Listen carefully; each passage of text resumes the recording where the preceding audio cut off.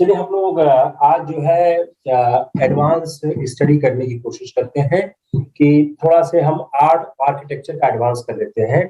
क्योंकि हालांकि हमको मुगल काल का जो प्रशासन है और मुगल काल की जो एग्रीगेरियन पॉलिसी वो भी एडवांस करना है, लेकिन हम आज आर्ट कल्चर का एडवांस स्टडी करने की कोशिश करते हैं।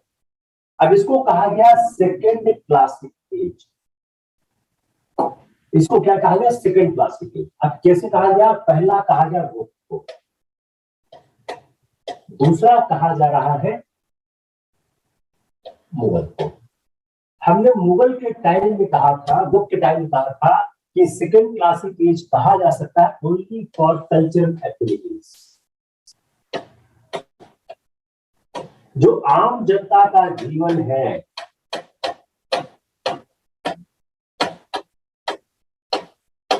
the life of the common man, it does not support the classic age. Mughal के समय में बड़े इंपॉर्टेंट डेटा हमको प्राप्त होते हैं जो इस बात को काउंटर कर देते हैं। जो सेकेंड क्लासिक एज है, यह second classic age only for the culture, for the art architecture हो सकता है। You see the proof into important figure कि जो मुगल काल में जो बिल्कुल 500 जात से ऊपर के लोग थे, the officials above 500 जात, यह इसमें 445 मनसबदार थे, 445। यह पूरे राजस्व का 61.5% खा जाते थे। अगर फिगर में देखें तो इनका वेतन था 541.094। Fact number. पूरे 68 प्रिंसेस शहजादे, प्रिंस शहजादे, टोटल 68 प्रिंस और शहजादे थे, और जो पूरे साम्राज्य के राजस्व का, पूरे साम्राज्य के रेवेन्यू का 36.6% था। क्या यह एक क्लासिकल एज को किसी तरह से डिफाइन करता है? अगर हम यह समझने की कोशिश करें कि जो हमारा क्लासिकल एज है, वह क्या क्लासिकल एज किस तरह से कहा जा सकता है? ये किसी और नहीं है, ये थीसिस इरफान हबीब की है। यह इरफान हबीब की थीसिस है। इसी थीसिस से हमने ये फैक्ट निकाला है आपके लिए। ये अगर ये सवाल हल करना है कि क्या गुप्त एज और Mughal age, frame the question like this, कि क्या मुगल साम्राज्य एक दूसरा क्लासिकल एज था, तो फर्स्ट आंसर आप दोगे आर्ट और आर्किटेक्चर पे। देन यू स्टार्ट आंसरिंग इसमें आम जनता का जीवन बेहतर हो सकता है। दूसरा, अब अकबर के समय में 144 पीजेंट्स रिवोल्ट होते हैं। इसका मतलब क्या है कि किसानों में असंतोष था। अगर आप ये तीन फैक्ट नंबर 3, तो एक क्या लिखोगे कि 500 जात से ऊपर के लोग, the officials above 500 जात was able to eat 4, जिसमें 445 लोग थे, वो पूरे राजस्व का 61.5% खाते थे। वो पूरा जो उनका रेवेन्यू था, वो कंप्लीट रेवेन्यू था 441.09 करोड़। वो जो 68 प्रिंसेस शहजादे थे, ये पूरे रेवेन्यू का 36.6% खाते थे। आप आंसर और सकते हो। सत्ता में संपत्ति का केंद्रीकरण। अब इसको आप और अच्छा जोड़ सकते हो। अब आप इसको जोड़ो अपने संविधान के 39B और C से, जहां पर कहा गया है कि जो हमारा संसाधन है उसका संकेंद्रण न हो। तो वो फर्क क्या बताता है कि मुगल काल में at the time of the Mughal empire,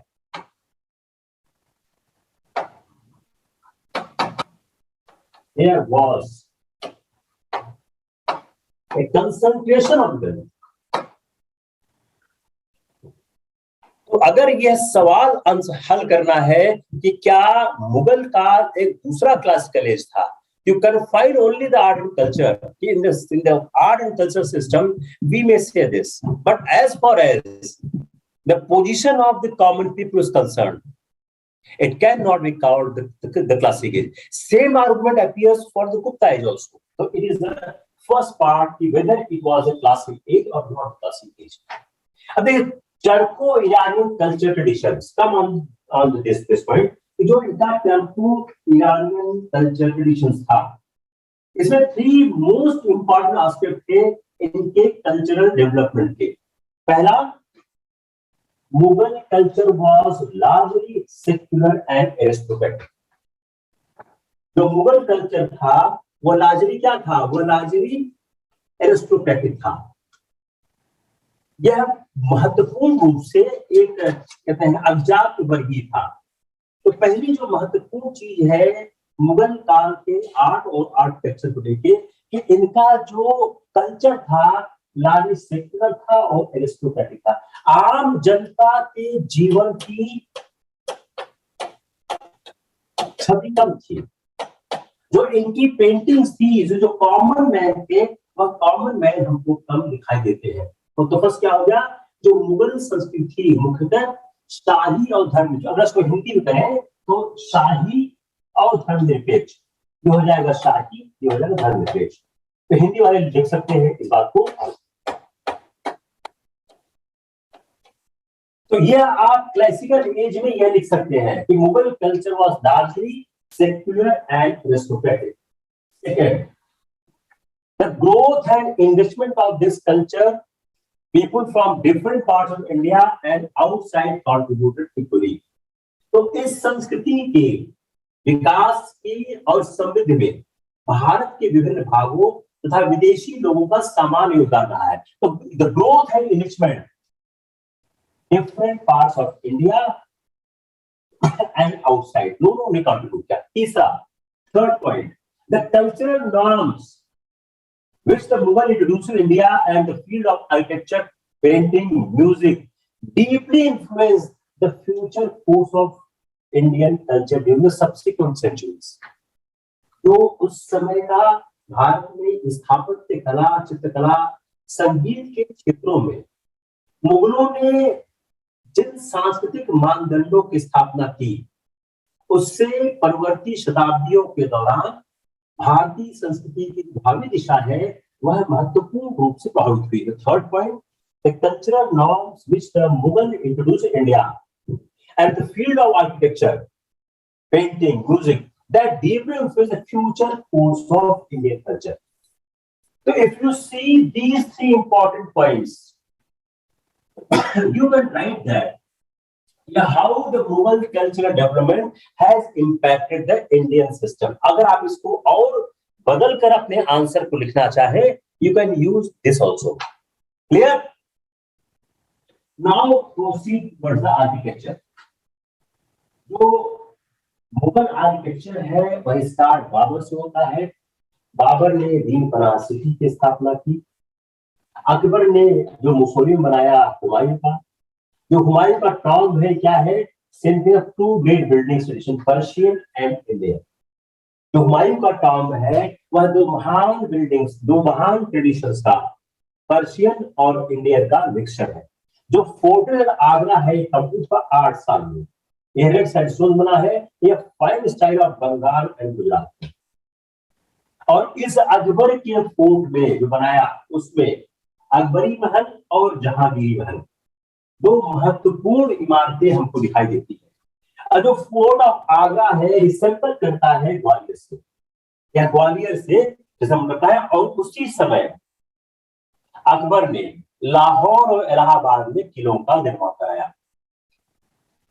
most ambitious project of Fatehpur Sikri, इसका नाम रखा फतेहपुर गुजरात विजय के बाद। गुजरात विजय को ये रिप्रेजेंट करता है। गुजरात विजय के बाद इसका नाम कर दिया फतेहपुर। इसमें 2 क्लास ऑफ बिल्डिंग है, रिलीजियस एंड सेक्युलर। जो फतेहपुर सीकरी की बिल्डिंग है इसमें 2 खास बात है, उसमें रिलीजियस है और सेक्युलर है। तो जो 2 तरह की उन्होंने बिल्डिंग बनाने की कोशिश की, उसमें अगर हम देखें सबसे most impressive creation of new capital city का है ग्रैंड जामा मस्जिद। जो ग्रैंड जामा मस्जिद है यह सबसे इंपॉर्टेंट क्रिएशन है, most impressive creation of this capital city grand Jama Masjid.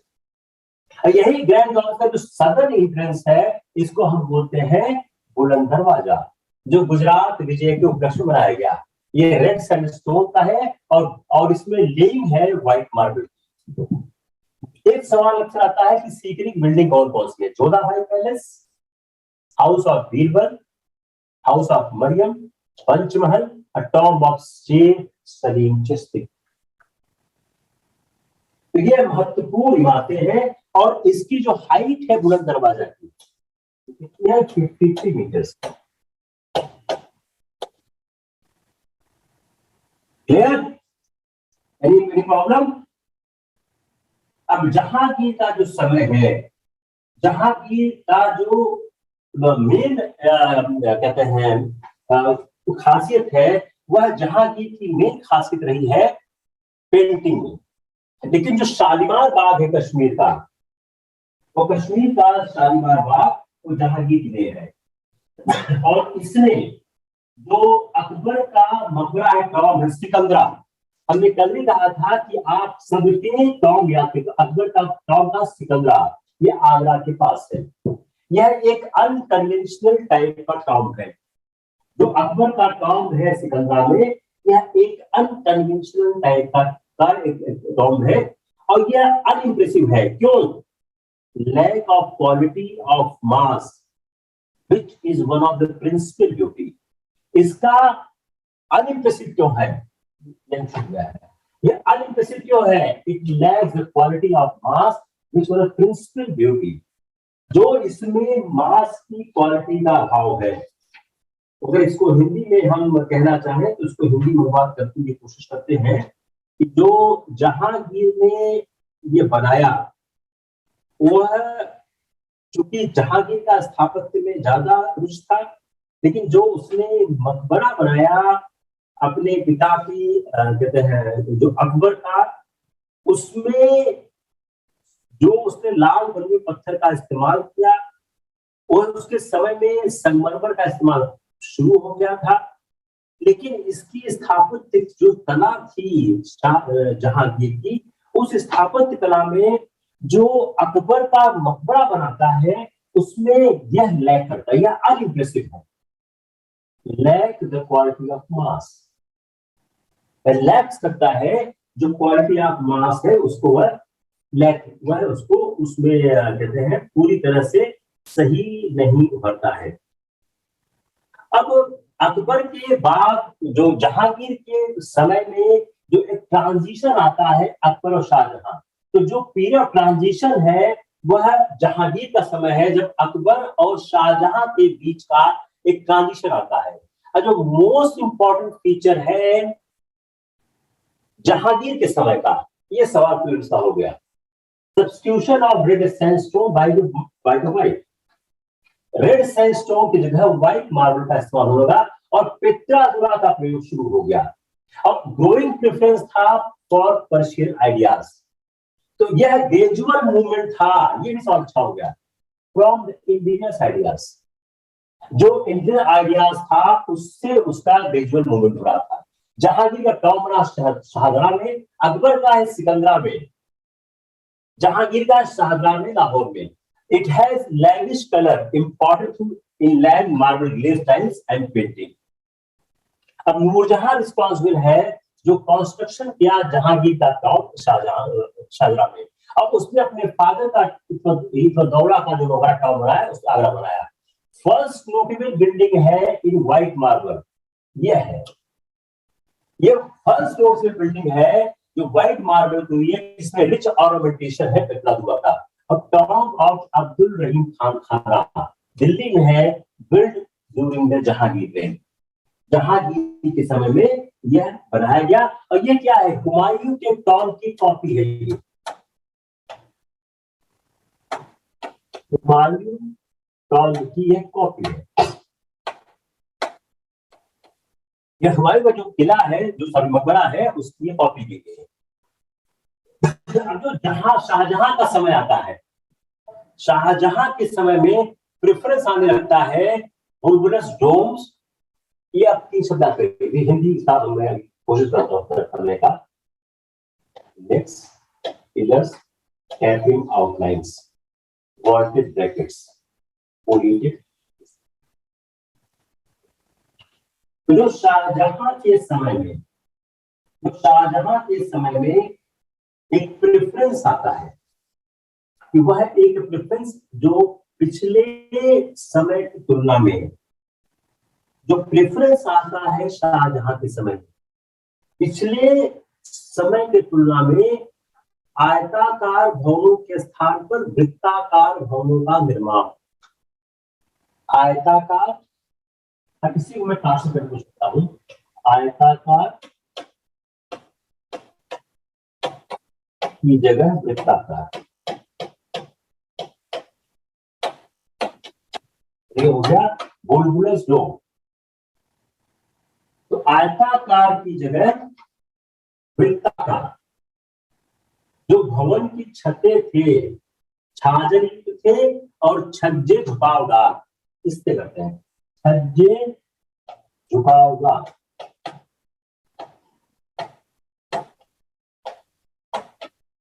English नहीं, इसको हम हिंदी आपके लिए कर दे रहे हैं।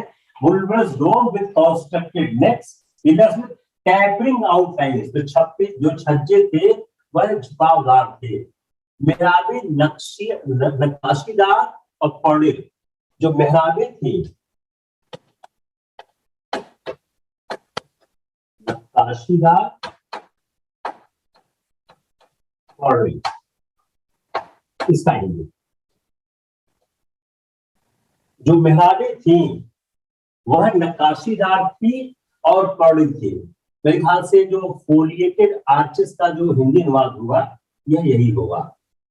और दोहरे या जो उसके साथ क्या था कि जो उनके अंदर जो इलोबरेट और गॉर्जियस था, ऑर्नामेंटेशन का और पिछला दुआ का बहुत ज्यादा इस्तेमाल किया गया। तो अगर शाहजहां के समय में आप देखें तो सबसे बड़ा परिवर्तन यह हो रहा है कि जो प्रेफरेंस था वो बुलबुलस डोम्स के लिए था, टैपिंग आउटलाइंस था और ब्रैकेट जो वॉल्टेड ब्रैकेट्स थे एंड फोलिएटेड बेसिस थे। तीसरा क्या था, जो उन्होंने इलोबरेट और गॉर्जियस किया ऑर्नामेंटेशन में और पिछला दुआ का इस्तेमाल किया। क्लियर हो गया? क्लियर हुआ? और आगरे के लाल किले के अंदर, लाल किले में शाहजहां ने कुछ महत्वपूर्ण इमारतें बनवाई। दीवाने आम, दीवाने खास, शीश महल, चमेली महल, अंगूरी बाग और मोती मस्जिद। मोती मस्जिद पे सवाल कई बार आते हैं, क्योंकि मोती मस्जिद औरंगजेब ने बनवाया है और मोती मस्जिद शाहजहां ने बनवाया है। दो मोती मस्जिद का जिक्र आता है, इसलिए मोती मस्जिद पे सवाल अक्सर आते हैं। तो आगरे के लाल किले में मोती मस्जिद का जो जिक्र आता है, तो जो आगरे के लाल किले में शाहजहां ने बनवाया उसमें अंगूरी बाग और मोती मस्जिद थे। और जो औरंगजेब के समय में लाल किला में मोती मस्जिद और लाहौर में जामी मस्जिद, तो औरंगजेब ने मोती मस्जिद और जामी मस्जिद, औरंगजेब के समय 3 इमारतें हैं, मोती मस्जिद, जामी मस्जिद और बीबी का मकबरा राबिया का औरंगाबाद में। क्लियर? Not clear? बोलिए। जो मोती मस्जिद बनाई शाहजहां ने उसको कहते हैं one of the purest and most elegant of building of its class, जो कहीं भी प्राप्त नहीं होती है। और similar concept was provided to the buildings in the fort of Lahore. तो जो शाहजहां की मोती मस्जिद है इसको एक अलग क्लास की बिल्डिंग के रूप में याद किया जाता है। कोई प्रॉब्लम किसी को? कोई सवाल किसी के पास? No? Very good, very good. Very nice. तो अब अगर हम औरंगजेब में देखें तो औरंगजेब में यही 3 इमारतें हमको प्राप्त होती है। Moti Masjid with in red fort, बीबी का मकबरा औरंगाबाद में, और एक है जामी मस्जिद। अब आते हैं मुगल पेंटिंग की तरफ।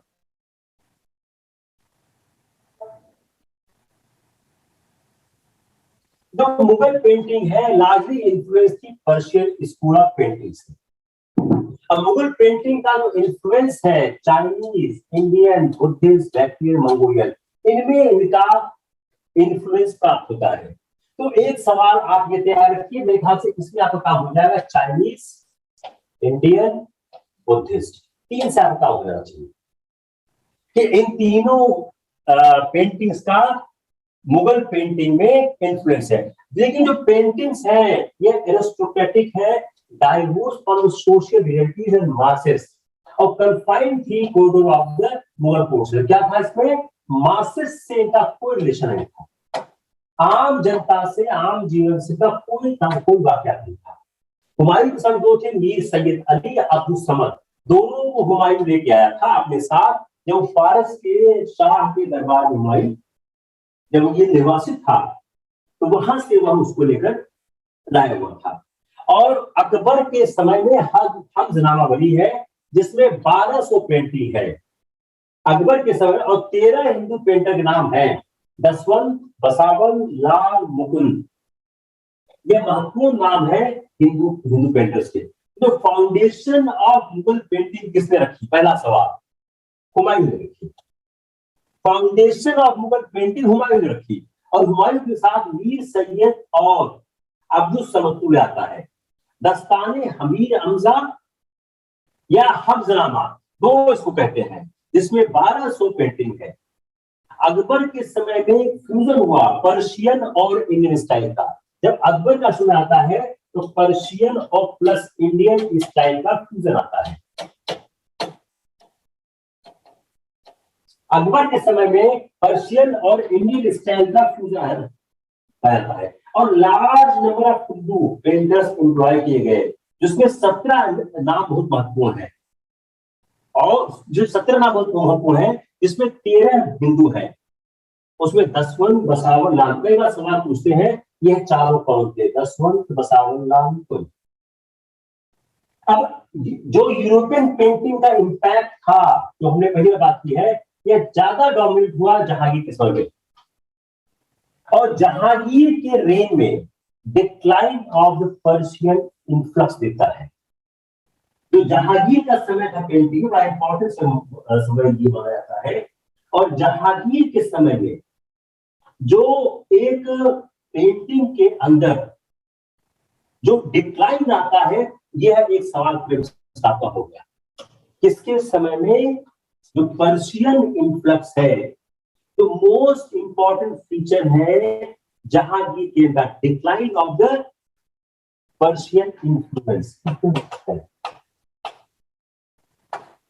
जो पर्शियन प्रभाव है वह जहांगीर के समय में कम होने लगता है, और जो यूरोपियन आर्ट का जो इंपैक्ट है, 2 सवाल हो गया। एक तो फैक्ट ये हो गया, दूसरा जो यूरोपियन आर्ट है,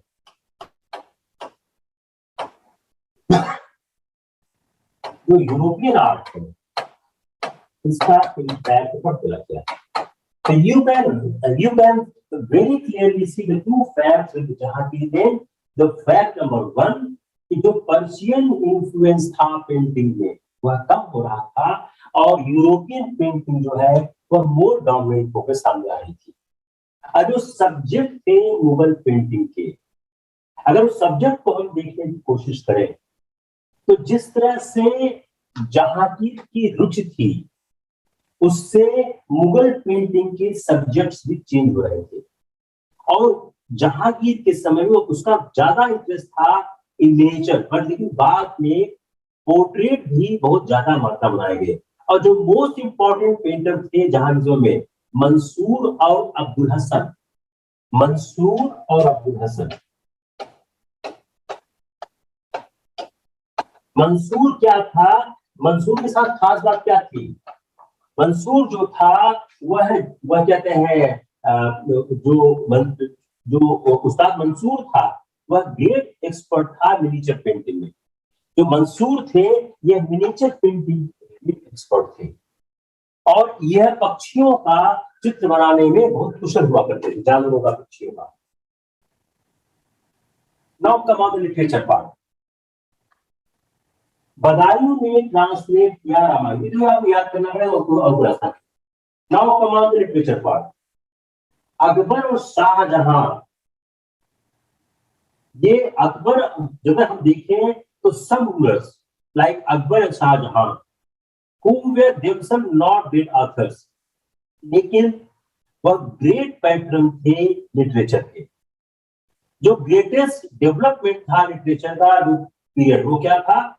not only in the field of Persian literature but also several Indian literature.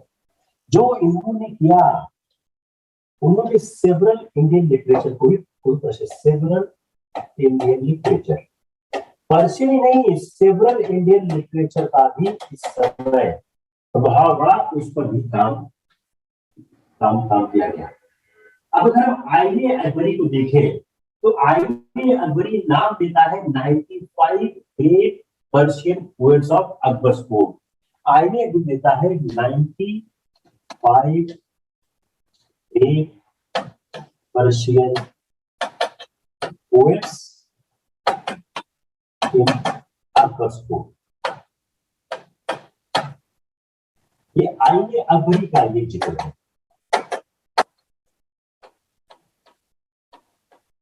Akbari 95 great Persian poets का जिक्र देता है, नाम देता है, जो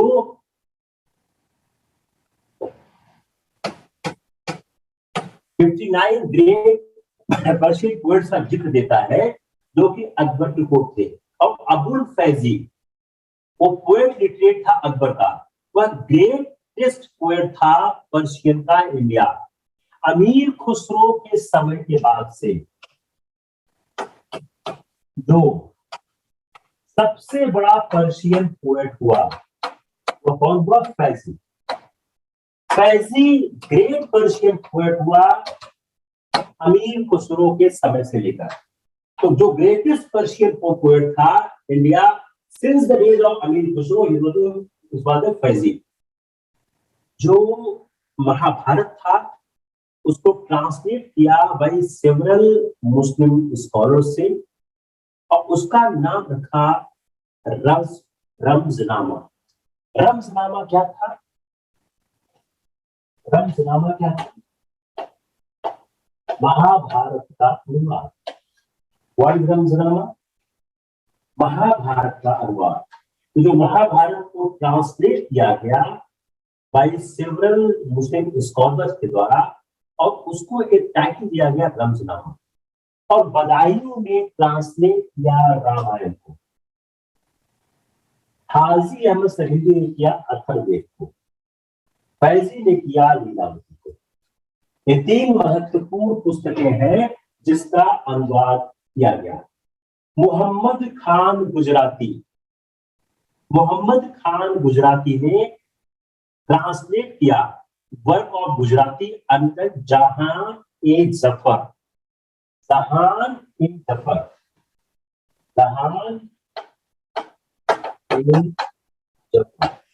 मोहम्मद खान गुजराती ने गुजराती के कामों को मोहम्मद खान गुजराती जहां ए जफर।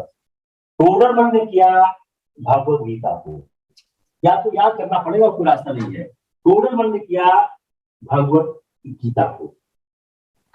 अब हम आते हैं हिस्टोरिकल पार्ट पे, हिस्ट्री कैसे लिखे गए। हिस्ट्री। निजामुद्दीन अहमद तबकात अकबरी, गुलबदन बेगम हुमायूं नामा, अब्बास खान शेरवानी तूफा ए अकबर शाही। तो यह जो हिस्ट्री की बात थी, निजामुद्दीन अहमद ने तबकात अकबरी किया, गुलबदन हुमायूं नामा किया, अब्बास खान शेरवानी ने तूफा ए अकबर शाही किया, जिसको तारीख शेरशाही कहते हैं। मुल्ला दाऊद तारीखे अल्फी, इसका with an introduction from Abul Fazl, इसमें अबुल फजल ने इंट्रोडक्शन लिखा है। अबुल फजल ने इंट्रोडक्शन लिखा।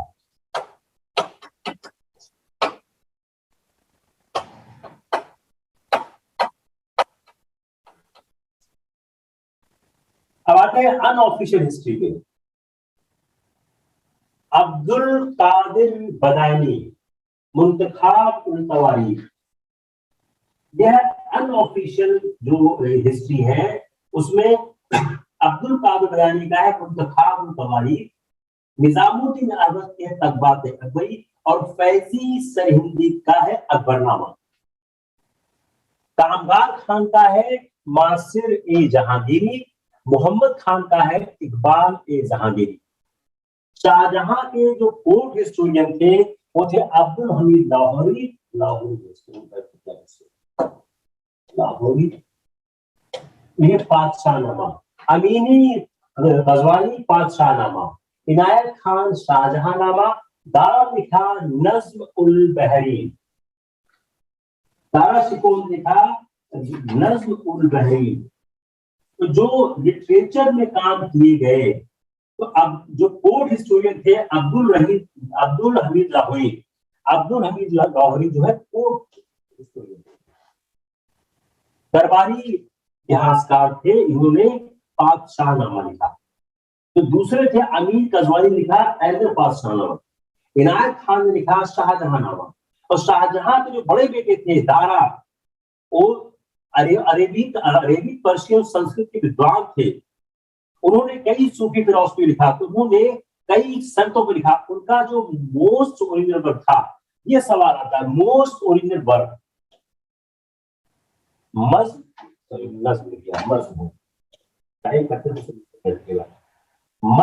उल बहरीन। तो ये मज्म उल बहरीन उनका सबसे महत्वपूर्ण है। इसका मतलब क्या हुआ, उन्होंने यह दिखाने की कोशिश की कि दिखाने की कोशिश की हिंदू एंड मुस्लिम जो रिलीजन है वह एक ही ईश्वर को प्राप्त करने का दो रास्ता है, यह उन्होंने बताने की कोशिश की। औरंगजेब के समय में खाफी खान ने लिखा मुंतखाब उल लुबाब। तो औरंगजेब के पास कोई टेस्ट नहीं था पोएट्री का, और वह हिस्ट्री राइटिंग के अगेंस्ट था, लेकिन सेवरल हिस्टोरियन ने इंपॉर्टेंट हिस्टोरीज उस समय में लिखी गई। खाफी खान का मुंतखाब उल लुबाब, मिर्जा मोहम्मद काजिम का आलमगीरनामा, ईश्वरदास नागर का मासिर आलमगीरी, भीमसेन का नुक्शा ए दुर्कुशा, सुजान राय का खुलासा उल तवारीख, और जो मोस्ट अथॉरिटेटिव इनोवेट डाइजेस्ट था मुस्लिम लॉ का फतवा ए आलमगीरी, मुस्लिम लॉ का डाइजेस्ट था। तब इसमें फैक्ट क्या हो गया कि औरंगजेब इतिहास लेखन के विरोध में था, he was against the writing of the history, but during his time some historical works has been written at that time. Sanskrit के क्या क्या पोएम डेवलपमेंट, महेश दास ठाकुर का पारसी प्रकाश, पद्म शंकर का अकबर शाही, सिद्धि चंद्रोपाध्याय का भानुचंद्र चरित्र, जगन्नाथपुरी का रस गंगाधर एंड गंगा लहरी, यह शाहजहां के कोर्ट में थे। तो यह महत्वपूर्ण चीजें लिखी गई उस समय पे, जो कहते हैं और भाषाओं में संस्कृत लिखी गई, हिंदी पोएट्री लिखी गई, तुलसीदास, सूरदास, रहीम, रसखान, बीरबल, यह उस समय लिखा करते थे।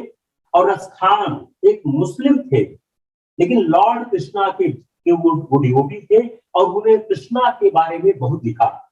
हिंदी पोएट्स उसमें बहुत फ्लरिश किए, जहांगीर और शाहजहां के समय में किए। केशवदास, चिंतामणि, राम बिहारी भूषण उस समय बहुत प्रमुख हिंदी के लेखक थे। अगर म्यूजिक में देखें, तानसेन का नाम हो जाता, तानसेन का नाम था राम तनु पांडे, तानसेन का असली नाम था राम तनु पांडे। बीरबल का नाम था महेश दास ब्राह्मण।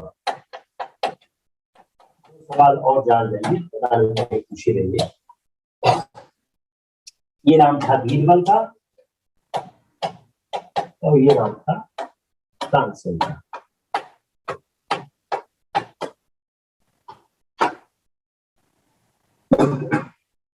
शाहीन अकबरी ने 36 फर्स्ट रेटेड म्यूजिशियन का नाम दिया है जो अकबर के कोर्ट में थे, जिसमें हिंदू और मुस्लिम दोनों हुआ करते थे। जहांगीर और शाहजहां ने भी मुस्लिम को पैट्रोनेज दिया।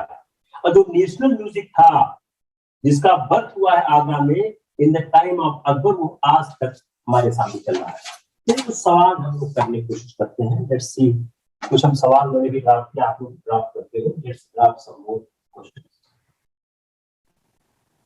In the field of art and architecture, the Mughal period may be described as an era. पता है? कोई दिमाग लग गया जो आर्ट और आर्किटेक्चर, बेटा हिंदी करने की जरूरत नहीं, आप हिंदी इसका आप कर लेंगे ना। अगर जरूरत हिंदी कर देता हूँ, अनुवाद कर देता हूँ, अगली बेटा जरूरत नहीं पड़नी चाहिए। कला और स्थापत्य के क्षेत्र में मुगल काल को किस रूप में कहना उपयुक्त होगा? ए है इनोवेशन, नवोन्मेष। बी है रिनासा, पुनर्जागरण। सी है निरंतरता और चरमोत्कर्ष, कंटिन्यूएशन एंड कल्मिनेशन। डी है रिसर्जेंस। रिसर्जेंस की हिंदी क्या होगी? रिसर्जेंस की क्या होगा? पुनरुत्थान। बताइए आंसर। आंसर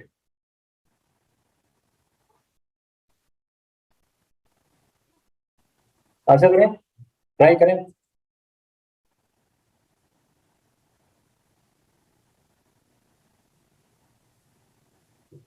ट्राई करिए।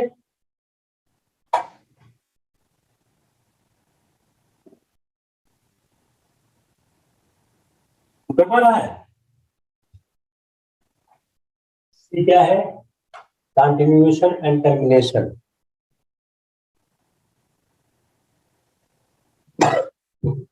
देखिए, जो मुगल आर्किटेक्चर है, यह पहले की जो परंपराएं हैं उनको अपने आप में समाहित कर रहा है।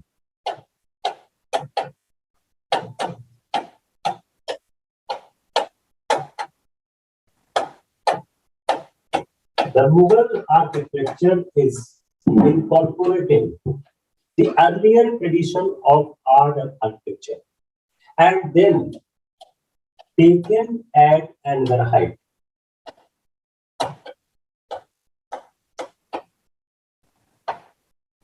What is answer? Yes. Mughal architect remains a happy blending of, पता है ये तो आसान है। ये सवाल एक्चुअली लिखना चाहिए, मैंने गलती से लिख दिया, मैंने बना दिया। पता है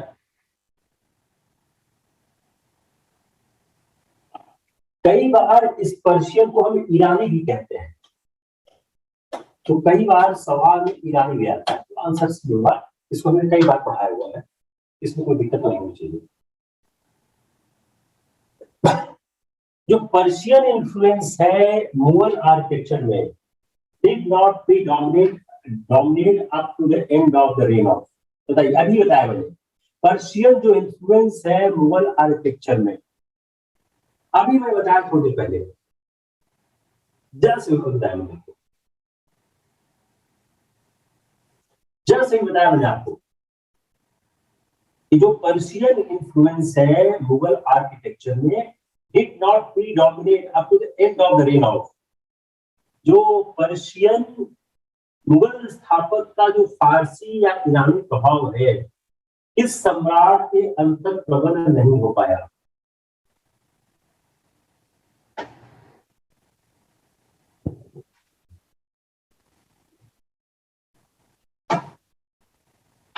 बताइए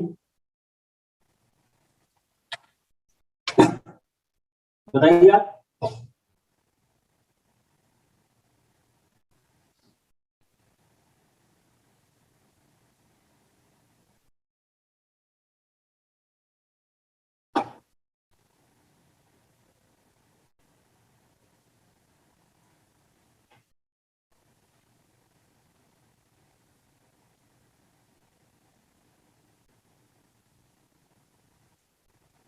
क्या आंसर है? डी, जहांगीर।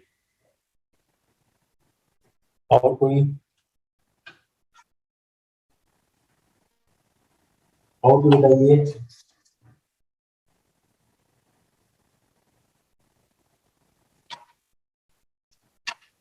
हमने भी क्या बोला, हमने भी कहा आपको कि most important feature of Jahangir in painting is the decline of Persian influence. क्या था? Decline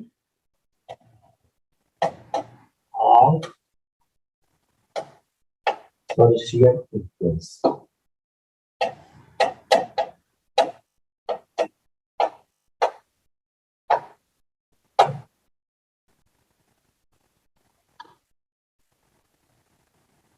इसका मतलब क्या हुआ? अब इसको आप अकबर के समय में देखने की कोशिश करिए। अकबर के समय में एक फ्यूजन था पर्शियन और इंडियन स्टाइल का। अकबर का जो समय था, अगर हम इसको देखें, अब सवाल ये क्या है, आर्किटेक्चर। ये मैंने किसके लिए कहा हुआ है? ये मैंने कहा हुआ है पेंटिंग के लिए। आइए आर्किटेक्चर पे, जो आर्किटेक्चर पे जो प्रभाव था, जो अकबर के समय में जो काम चल रहे थे, जो अकबर ने बिल्डिंग्स बनाई, उन बिल्डिंग्स में क्या पर्शियन इन्फ्लुएंस आ रहे थे? आप ये देखिए ना, आप लोग पेंटिंग पे जंप कर गए। If you will jump on the painting, आप हमेशा आर्किटेक्चर और पेंटिंग, ये आंसर था पेंटिंग के लिए। यू सी द आर्किटेक्चर, तो जो पर्शियन इन्फ्लुएंस था इन मुगल आर्किटेक्चर में did not be dominate up to the end of the reign. Answer Akbar ही होगा। यस और नो? हुमायूं के समय कुछ हुआ नहीं था। हुमायूं के समय तो आर्किटेक्चर नहीं हुआ कुछ। हुमायूं के समय तो आर्किटेक्चर नहीं हुआ था। बाबर और हुमायूं के समय आर्किटेक्चर हुआ ही नहीं था। देखिए, आप सवालों को एनालाइज करने की कोशिश करिए। हमको, जब मैं सवाल फ्रेम कर रहा था तो आर्किटेक्चर जानबूझ के यूज किया गया। मैं जानता था कि आप तुरंत जंप करोगे जहांगीर पर।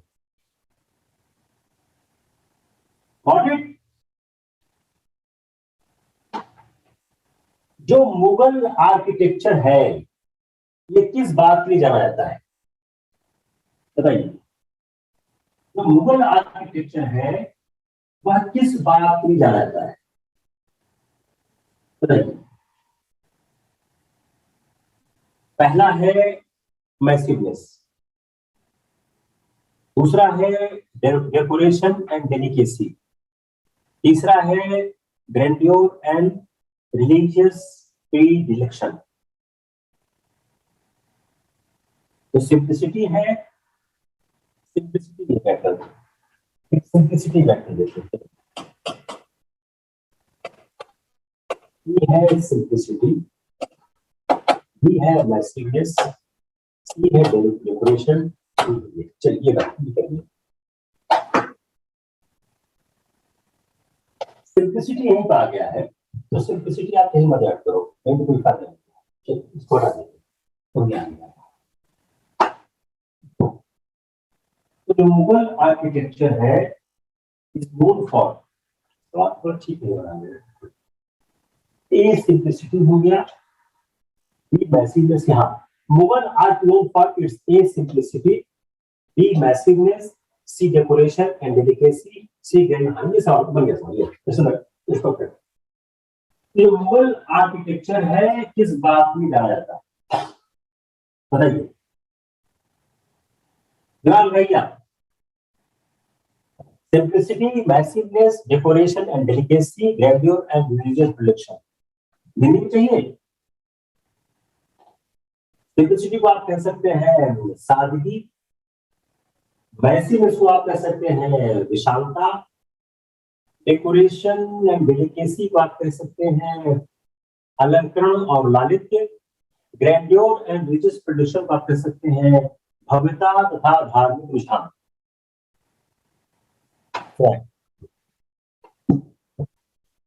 बोलिए।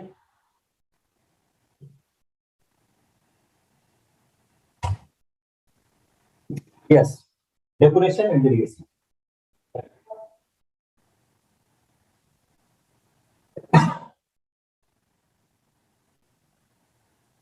जो मुगल आर्किटेक्चर का एक चीफ कैरेक्टरिस्टिक है बुलबुलस ग्रेसफुल डोम्स, वृत्ताकार होता है, बुलबुलस को वृत्ताकार कहते हैं। जो वृत्ताकार डोम बनाए गए, तो जो जो मुगल बिल्डिंग का एक खास बात है, मुगल बिल्डिंग है उसकी खास बात क्या है? Chief characteristic of the bulbous graceful dome. तो जो उनका बुलबुलस ग्रेसफुल डोम है, उस बुलबुलस ग्रेसफुल डोम के बारे में आप क्या जानते हैं बताइए। जो इसको ऐसे करते हैं,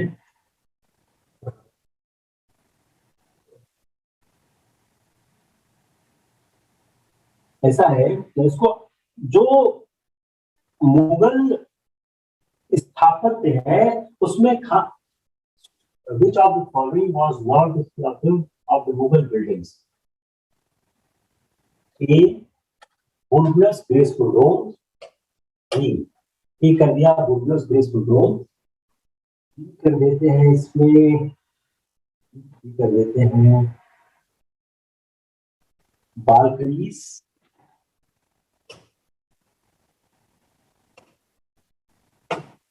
कर देते हैं bulbulus graceful domes हो गया, बालकनीज हो गया,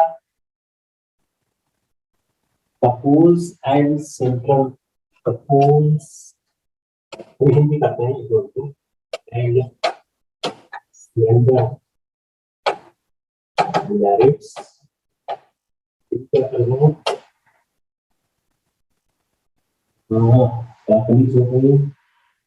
देते हैं लॉफ्टी वॉल्टेड केस। अभी पढ़ाए मुझे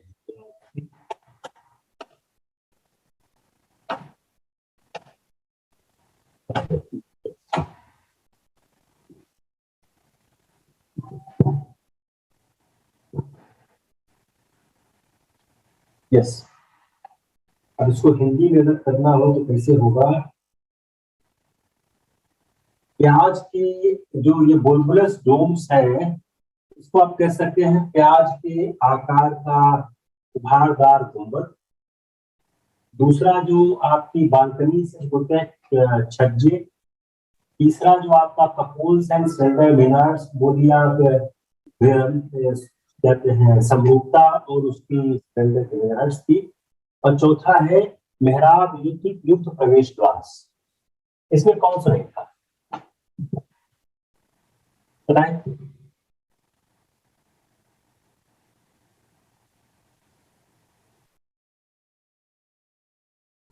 जो छज्जे थे वो नहीं थे, जो छज्जे थे उसके जो तोड़ेदार छज्जे थे, ये जो छज्जे थे, छज्जे नहीं हुआ करते उसके। आप याद करिए, मैंने आपको 4 लाइन नोट कराई हुई थी। If remember, I'm again repeating those 4 lines again to you। जो मुगल स्थापत्य के जो 3 महत्वपूर्ण बिंदु थे, उन 3 महत्वपूर्ण बिंदु में क्या क्या थे, अगर आप याद करो तो वही चीज मैंने फिर से लिखी है सवाल की फॉर्म। It's clear?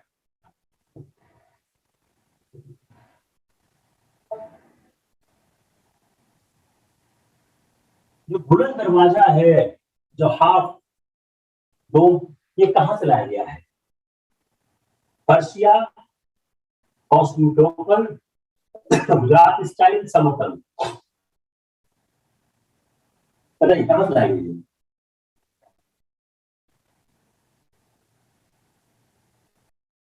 बताए? अभी बताया मैंने थोड़ी देर पहले।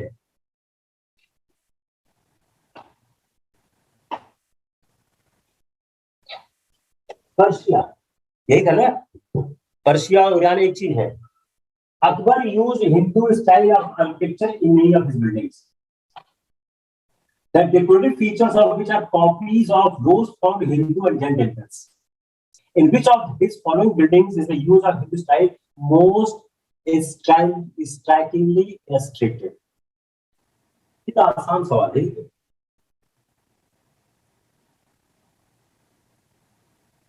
अकबर के जो अनेक भवन थे उसमें उन्होंने हिंदू स्थापत्य शैली और जैन हिंदू मंदिरों की विधाओं का इस्तेमाल किया है. और इस भवन में हिंदू स्थापत्य जो शैली है सबसे ज्यादा दिखाई देती है. बताइए. सवाल मैंने पढ़ाया नहीं क्या? मुझसे पढ़ाया इसको. ये सो गया.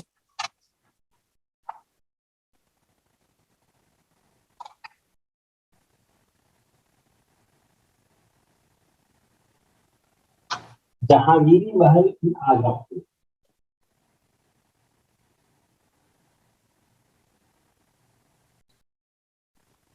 पंचमहल में नहीं है. पंचमहल में क्या है बताइए? Hindu style of architecture, Hindu and Jain temple. ये फर्क याद रहा है. पंचमहल में क्या है?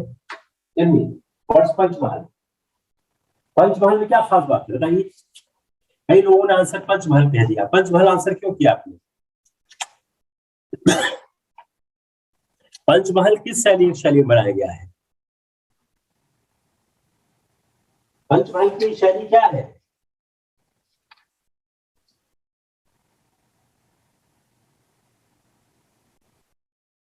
अगर हम देखें जो जो जो बंगाल और गुजरात की उन्होंने स्टाइल ली, जो पंचमहल है वह हिंदू और जैन टेम्पल से नहीं है. हिंदू और जैन टेम्पल से पंचमहल नहीं लिया गया है. उस जैन का जो शब्द है वह इस बात को फर्क ले दे रहा है.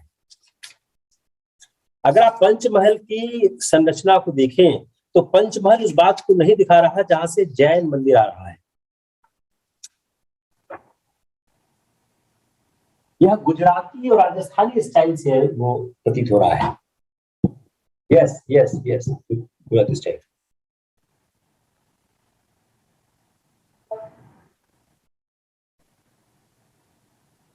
बुद्धिस्ट आर्किटेक्चर से कौन प्रभावित हुआ है? कौन सा बिल्डिंग? कितना अच्छा सवाल है.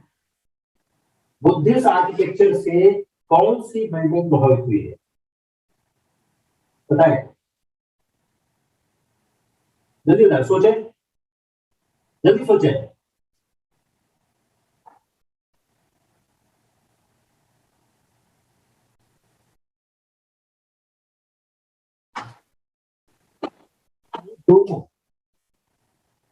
ये दोनों बुद्धिस्ट आर्किटेक्चर प्रभावित थे.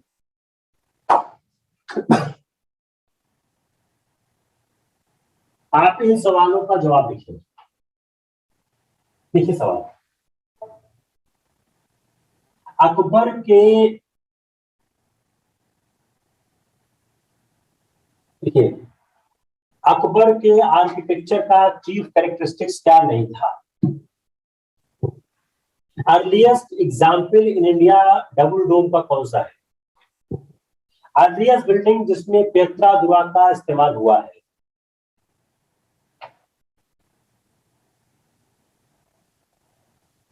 अगर पृथ्वी पर स्वर्ग है तो यही है, यही है, यही है. ये कहां भी कहा गया है? शाहजहां की जो आर्किटेक्चर टेक्निक है उसमें परिवर्तन किया गया है. उसमें क्या परिवर्तन किया गया, क्या एक रही है? आप ढूंढिए उसको. देखिए, marble substituted by red sandstone. Colour tiles were rarely used. Instead of rectangular character of the structure of the previous years, they erode the curved lines. The use of Indian decorative motifs. Shah Jahan ने structure में ऐसे सवाल आते हैं अगर आप ध्यान दीजिए तो. शाहजहां ने स्ट्रक्चर में चेंज किया. शाहजहां ने स्ट्रक्चर में चेंज किया. जब स्ट्रक्चर भी चेंज किया तो कौन सा एक चेंज नहीं किया?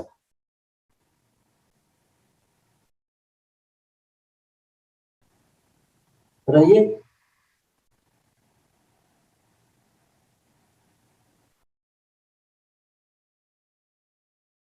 कोई रास्ता है किसी के पास? नहीं सोचिएगा इसको, ठीक है ना? अगर मैं सब बता ही दूंगा तो फायदा क्या होगा? Just think this. आसान वो टफ नहीं है।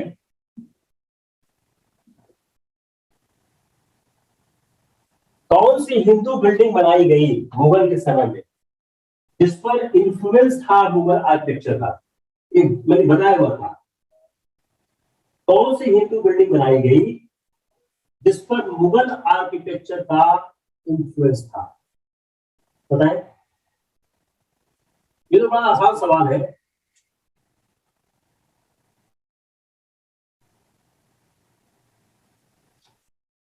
बताएं। अभी मैंने कल बताया था इसको। Important Ivory centre, important centre of Ivory carving Mughal period कौन सा था?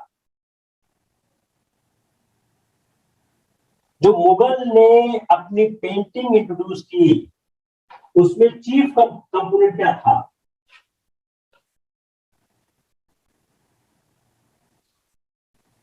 आइवरी का सेंटर कौन सा था? बताइए मेरे को।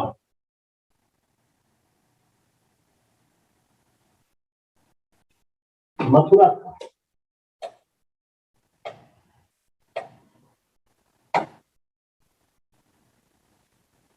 जो चीफ कंपोनेंट था मुगल पेंटिंग का, मुगल पेंटिंग का जो चीफ कंपोनेंट था,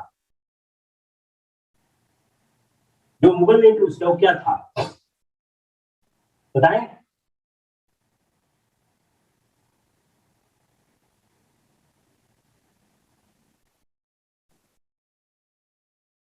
अभी मैंने बताया ईरानी, चीन, भारतीय तीनों का उन्होंने समाहित किया था। मीर सैयद अली एंड ख्वाजा अब्दुल समद जो फेमस पर्शियन पेंटर्स थे, किस बुक को इलस्ट्रेट किया? हजनामा, रजनामा बताया भी आपको। जो कॉन्ट्रीब्यूशन ऑफ यूरोपियन पेंटर्स था by Portuguese based to their Indian art क्या था? बताइए।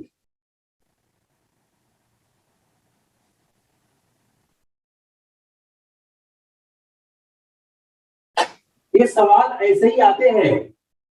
अगर ऐसे सवाल नहीं हो पा रहे हैं तो फिर काम नहीं बन पा रहा है। यूरोपियन पेंटर्स थे, यूरोपियन जो पेंटर्स का जो कॉन्ट्रीब्यूशन था, जो पोर्चुगीज पेस्ट के थे, वो इंडियन आर्ट में था।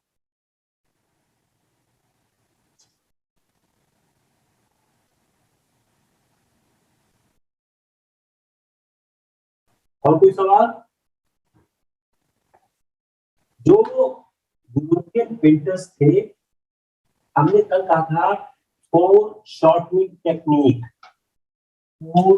याद आया? शॉर्टनिंग याद आया?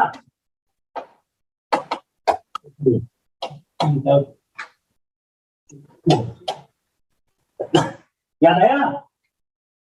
कल ही मैंने कहा था इसको हिंदी में बोलेंगे अग्र संक्षेपण तकनीक। अंग्रेजी अगर सीखेंगे तो काम आसान हो जाता है। अब ये आप नहीं याद कर पाओगे हिंदी होने के बावजूद, इसको आप अंग्रेजी देखना पड़ेगा। अब अकबर के इन इवेंट्स को आप सीरीज में चलाइए।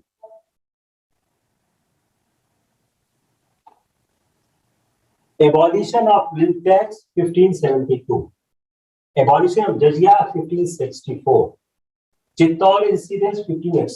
अब ये जो री इम्पोजिशन ऑफ जजिया है, यह एक दो जो है मिलता है, तो यह आप चाहे छोड़ सकते हैं, यह शायद न पूछा जाए। ये अकबर ने जजिया को लगाया, जजिया को खत्म किया, लगाया और जजिया को फिर खत्म कर दिया। तो इसको आप छोड़ दें, इसको लेकिन आप इसको याद रखिए अगर सवाल आता है तो ये एबॉलिशन ऑफ अब ये क्यों सवाल बन रहा है? अकबर की जो धार्मिक नीति, जस्ट ट्राई टू अंडरस्टैंड ये सवाल बन क्यों रहा? अकबर की जो रिलीजियस पॉलिसी है उससे इसका संबंध है। हर सवाल के पीछे एक रीजन है। ये अकबर की रिलीजियस पॉलिसी से इसका रिलेशन है। तो उसने घर की यात्रा खत्म किया, जजिया खत्म किया और मजहर की उसने घोषणा की। तो अगर रिलीजियस पॉलिसी में ए बी सी तो क्या हो गया? जजिया 1564 को फिनिश किया, बिल्डर्स टैक्स 1572 को फिनिश किया और मजहर स्टार्ट 1579 में आया। हम एडवांस में पढ़ेंगे आगे कभी, इसको हम पीछे में पढ़ने की कोशिश करेंगे। क्लियर?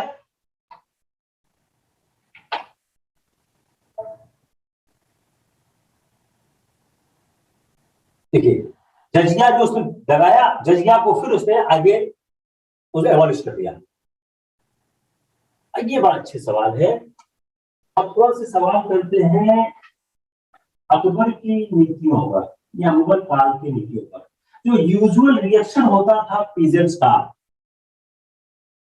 सॉरी उसे हमेशा टाइम वेस्ट हो जाता है, रेवेन्यू ऑपरेशन। तो यूजुअल रिएक्शन होता है जो रेवेन्यू ऑपरेशन के खिलाफ, जो रेवेन्यू ऑपरेशन करते हैं, जो कहते हैं जो मुगल काल के समय में जो रेवेन्यू ऑपरेशन हुआ करता था उसका रिएक्शन क्या होता था? क्या रिएक्शन था बताइए।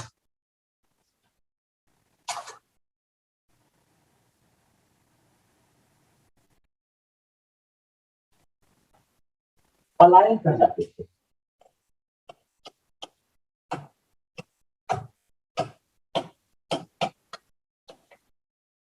किसान क्या करते थे? जब रेवेन्यू ऑपरेशन होता था तो करते क्या थे? वह डिजर्शन ऑफ द विलेज था।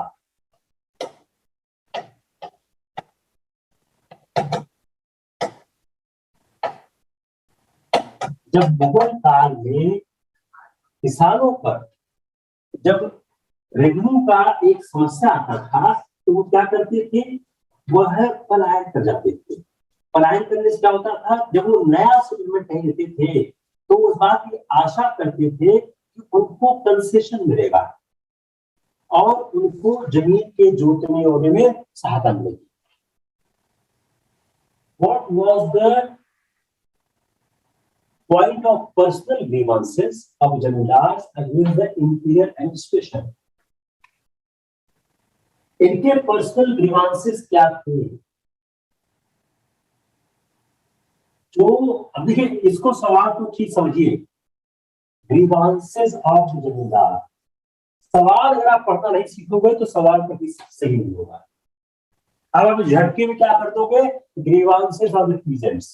अगर सवाल ठीक से पढ़ोगे तो हो जाएगा ग्रीवांसेस ऑफ द पीजेंट्स। तो जो पॉइंट ऑफ पर्सनल ग्रीवांसेस जमींदार के थे वह क्या हुआ करते थे? पढ़ा इसका किसी ने? बताइए। जो जमींदार का शेयर था लैंड रेवेन्यू में सरप्लस था, तो जो जमींदार का जो size of share in land revenue वह कम रहता था। जो size of share in land revenue था वह उनको कम लगता था। In spite of expansion of total area under cultivation in the Mughal period, agricultural production is stagnated. What is the reason for this?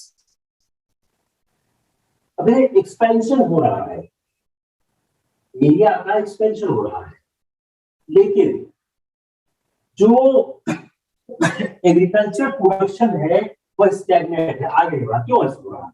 What is the reason? बताइए, सोचिए। जो land revenue था वह एक्सटॉर्शन होता था। लैंड रेवेन्यू बहुत ज्यादा था। Land revenue to excessive,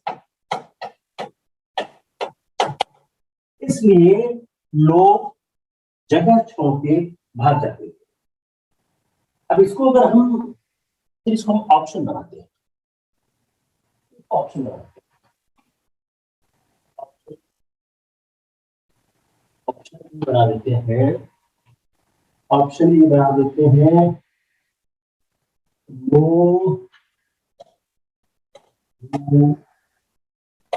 method of cultivation,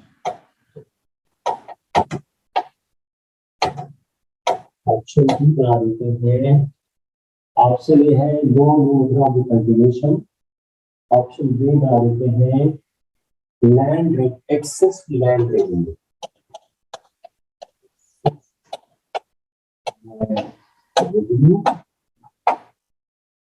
and expansion.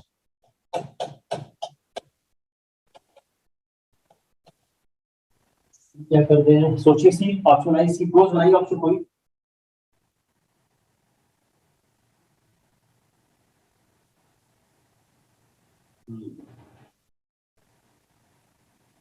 People of depressed class, people of depressed class not encouraged for production। एक और सोचिए कोई आंसर, तो भाई डी, डी को बनाते हैं, डी को बनाते हैं lack of capital in village। देखिए बन गया। अब ये चारों के चारों बड़े कंफ्यूजिंग आ गए, ये चारों के चारों जो आंसर है बड़े कंफ्यूजिंग आ गए। अब अगर आप देखें तो यार चारों सही बात है, कोई मेथड ऑफ कल्टीवेशन था क्या? जो डिफरेंस क्लास लोग थे उनको इनकरेज किया था, कैपिटल नहीं हुआ करता। यस, ये चारों सवाल देखिए, लेकिन आंसर क्या होगा, ये होगा। अब औरंगजेब ने जागीरदारी सिस्टम को कैसे इंप्लीमेंट किया? औरंगजेब ने जागीरदारी के सिस्टम को कैसे इंप्लीमेंट किया बताइए, इसे पढ़ा इसको, इसका आंसर बनाते हैं।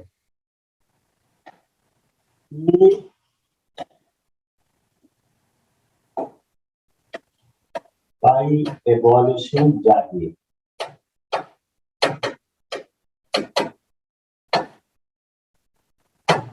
डी क्या कर सकते हो, औरंगजेब ने ग्रेविट किया उसको, एक क्या किया उसको, जागीर को एबॉलिश किया। Hereditary right in the daily right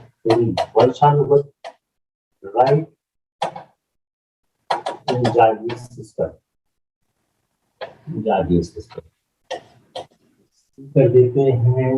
सी क्या क्या भाई, हम क्या कर सकते हैं,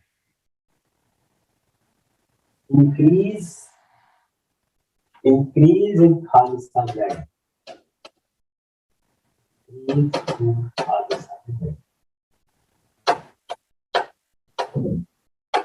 क्या है, एक और राउंड ऑप्शन,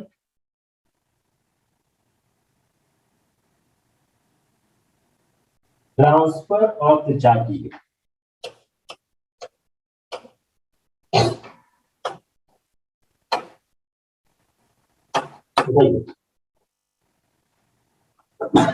बताएं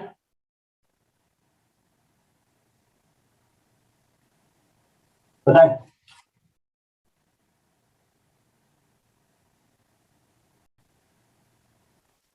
इसने क्या किया था, उसने इसको बढ़ा दिया, क्यों? जो एडमिन कहीं पर पाया था, एडमिन एक्सपेंसेस थे उसके, और वॉर चल रहे थे, खासकर दक्कन की वॉर, तो उसके लिए इसको पैसा चाहिए, तो उसने क्या किया, उसने खालिस्तान लैंड को बढ़ा दिया। इससे क्या हुआ, जागीरदारी संकट में दिक्कत खड़ी हुई।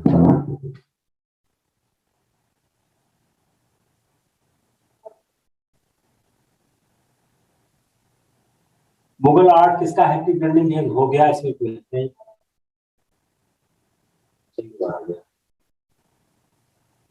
दो बार टाइप हो गया।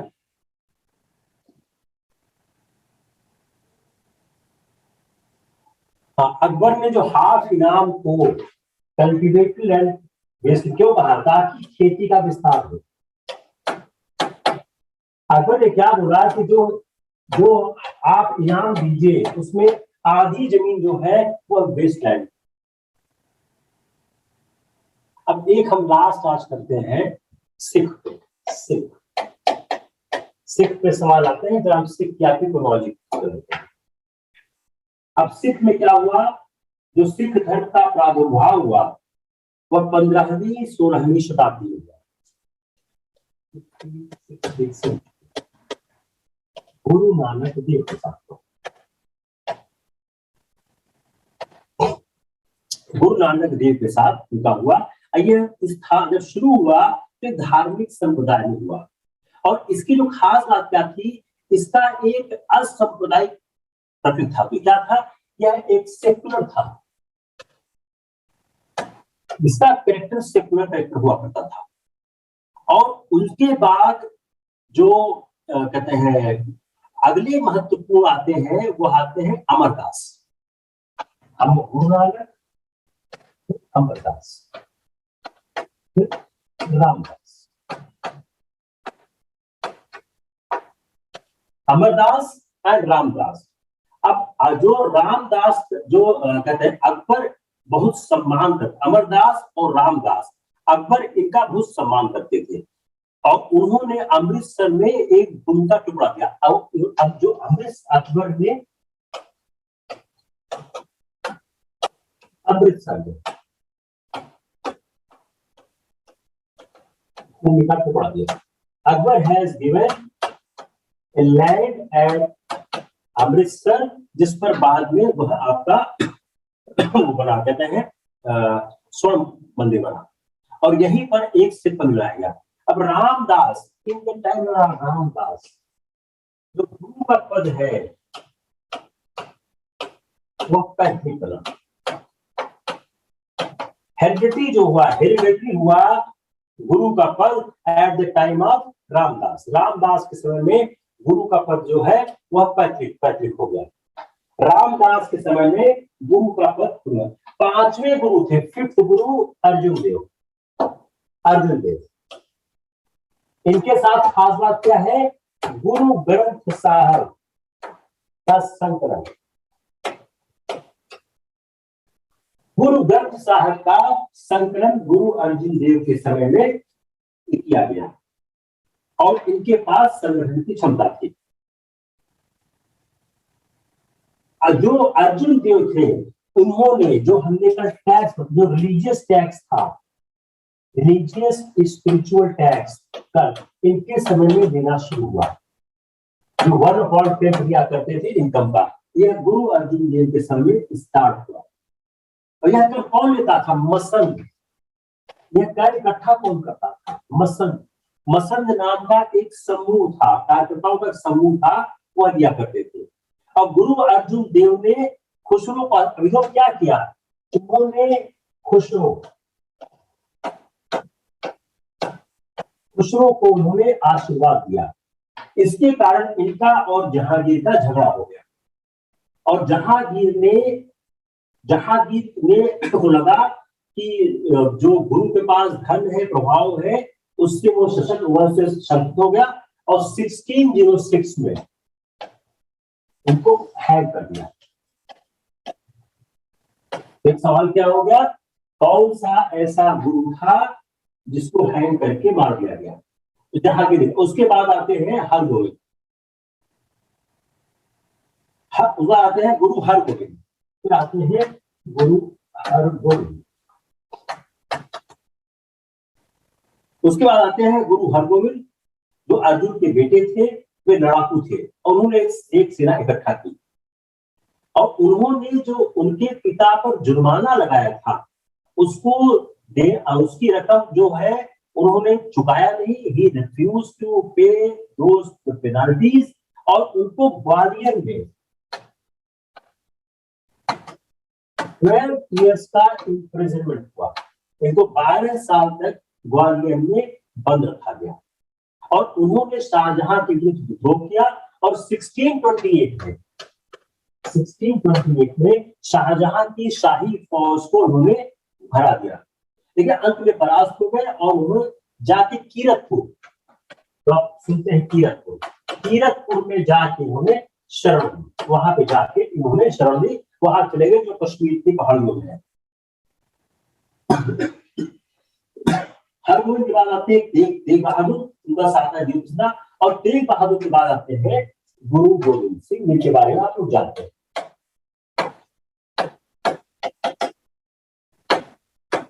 ये एक सिख हिस्ट्री है, इसको आप तैयार रखें, इसमें सवाल पूछने की संभावना होती है। तो गुरु गोविंद सिंह का एक महत्व स्थान है, उन्होंने जो दीक्षा प्रणाली शुरू की, उन्होंने सिंह की उपाधि, जो केश कंधा कृपाण अच्छा कड़ा था उन्होंने शुरू की, और उन्होंने गुरु गोविंद सिंह ने जो एक पूरा ग्रंथ का संकलन किया, इनका नाम था 10वें बादशाह का ग्रंथ। 10वें बादशाह का ग्रंथ इनके समय में 10वें बादशाह का ग्रंथ।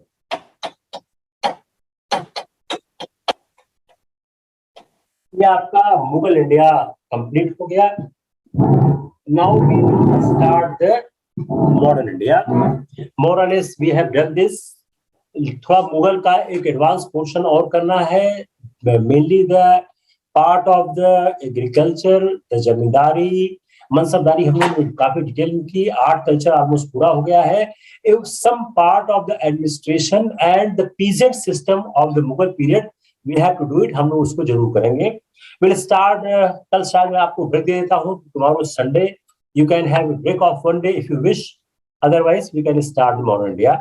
Modern India, as I told you earlier, it is not possible to teach modern India exclusively class 8 because class 8 class 11 is almost same.